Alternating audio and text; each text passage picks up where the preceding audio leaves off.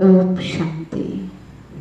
आज बाबा की 19 जून 2021 की मुरली मंथन है। आज की मुरली में विशेष बाबा ने बताया कि तुम बच्चे महान सौभाग्यशाली हो, तुम्हें भगवान पढ़ाते हैं। ये ज्ञान, ये पढ़ाई ऋषि मुनियों ने भी नहीं पढ़ी। हम इतने महान भाग्यशाली हैं क्योंकि हम भगवान से रोज पढ़ते हैं। तो बाबा ने कहा, इस खुशी में रहो, इस नशे में रहो, तो पुरुषार्थ सहज हो जाएगा। बाबा की बातें धारण करना सहज हो जाएगा, सारा दिन खुशी रहेगी। फिर बाबा ने कहा कि ड्रामा के किस राज को तुम बच्चे ही जानते हो। बाबा ने कहा कि मैं इस सृष्टि पर आता हूँ कल्प के अंत में, यानी 4 युगों के अंत में एक बार आता हूँ। एक कल्प में एक बार आता हूँ। मैं युगे युगे नहीं आता। शास्त्रों में तो दिखाया है कि भगवान हर युग में अवतार लेते हैं और अपना अलग अलग कर्तव्य करते हैं, लेकिन भगवान ने खुद कहा है कि मैं एक कल्प में यानी 4 युगों में एक बार आता हूँ।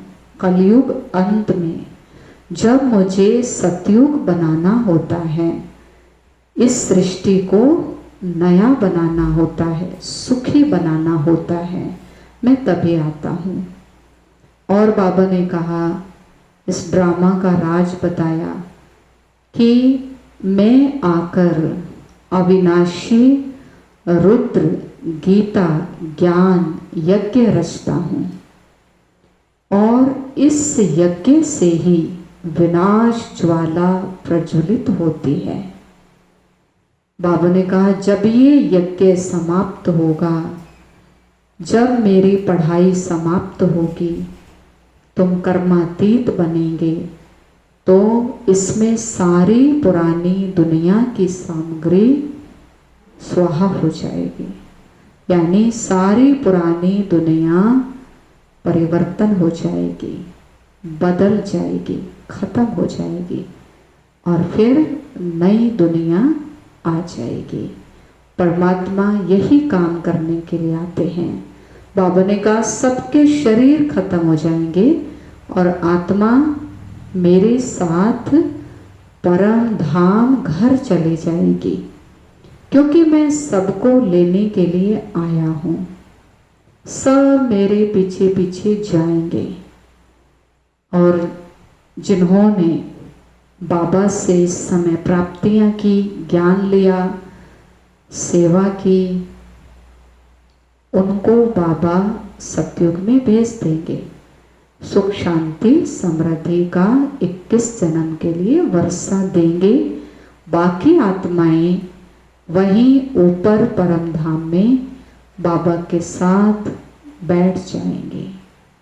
2500 वर्ष इस दुनिया में सुख का राज्य चलेगा, यानी देवी देवताओं का राज्य आएगा।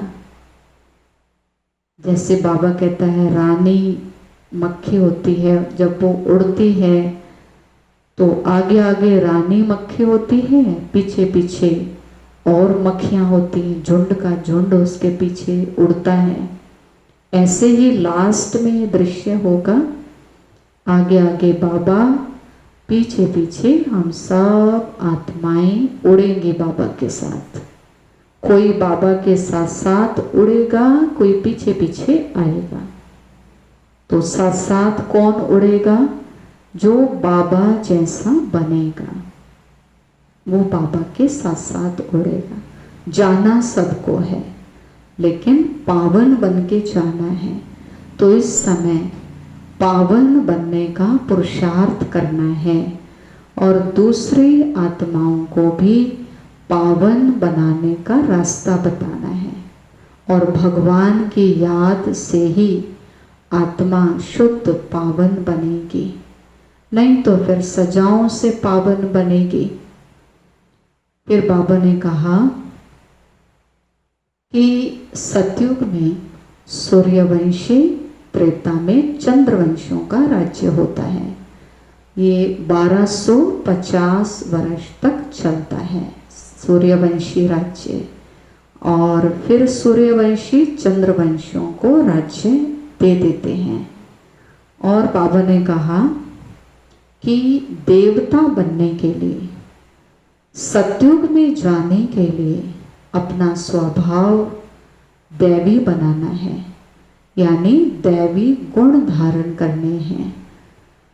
विकारों से, बुराइयों से मनुष्य असुर बन जाता है, आसुरी स्वभाव बन जाता है उसका, जिससे फिर ये कलयुग आ गया। अभी तो कलयुग बदल रहा है, खत्म होने वाला है, जा रहा है, समाप्त हो रहा है, सतयुग आ रहा है। तो बाबा ने कहा अभी अपना स्वभाव दैवी बनाना है। और बाबा ने कहा कि विश्व महाराजन बनने के लिए, सतयुग में ऊंचा पद पाना है तो स्नेही बनना है, सब आत्माओं को स्नेह देना है, ज्ञान तो देना ही है, ज्ञान के साथ साथ स्नेही बनना है। स्नेही बनना अर्थात सहयोगी बनना। तो प्यार बहुत जरूरी है, सबके दिल में स्नेह पैदा हो हमारे लिए भी, तो उसके लिए हमें स्नेह देना पड़ेगा। पहले दाता बनना है, क्योंकि मैं देवता बनने वाली आत्मा हूँ और आत्माओं को आज स्नेह की बहुत ज़रूरत है। आज हमारा प्यार ज़्यादा चीज़ों से, वस्तुओं से, व्यक्तियों से, वैभवों से हो गया है, शरीरों से हो गया है, यानी विनाशी चीज़ों से हो गया है। लेकिन रूहानी प्यार, रूहानी स्नेह, सच्चा स्नेह, दिल का स्नेह वो खत्म होता जा रहा है।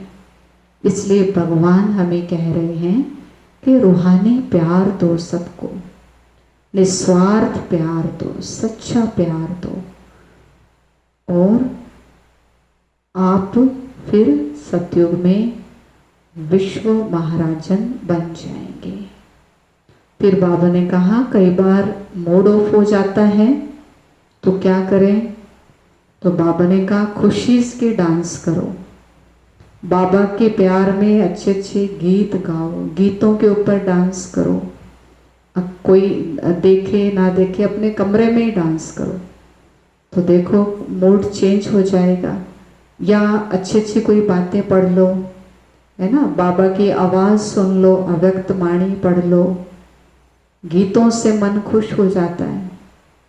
तो ऐसे हम अपने मूड को परिवर्तन कर सकते हैं। और नहीं तो किसी से बात भी कर लो, कोई अच्छा आपका प्यारा व्यक्ति है, आपको अच्छी अच्छी बातें सुनाए वो, उससे बात करो, तो इससे भी आपका मूड चेंज हो जाएगा।